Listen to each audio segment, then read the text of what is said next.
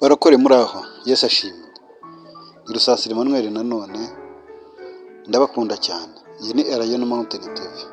Ariko ndagira ngo mbabaze ikibazo kimwe kandi munsubize. Hano mu Baheburayo 11 umurongo waho wa mbere hari interuro ijya intera confusion ukuntu nkumva ngizemo akantu. Namwe ndagira ngo munsobanurire, ndagira ngo noneho munsobanurire namwe nk'abarokore bakuze. Ndagira ngo masomere interuro noneho muyisobanurire neza. Iravuga ngo kwizera ni ukumenya rwose ibyiringirwa udashidikanye ko bitazaba. Ni interuro ya mbere ariyo nshaka ko musobanurira. Iya kabiri iravuga ngo kandi niko kuduhamiriza ibyo utarabona kari iby'ukuri.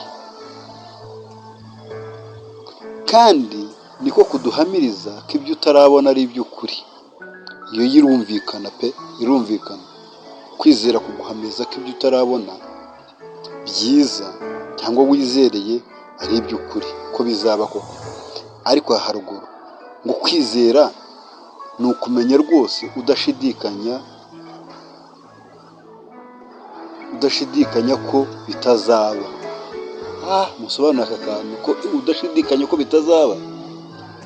Ndagira ngo haze umurokore umwe asobanurire kandi atugire n'inama ahangaha. Nibibona ngenda basobanurira uko mbizi. Murakoze cyane, Imana ibahe umugisha kandi dukomeze tujye tugirana inama uru rugendo rwo kwizera. Murakoze cyane. Iyi ni Elayon Mountain TV. Nyamuneka jya ukora subscribe, ukore share kugira ngo turebe ko twakunganirana muri uru rugendo rwo kumenya Yesu no kujya mu ijuru. Imana ibahe umugisha.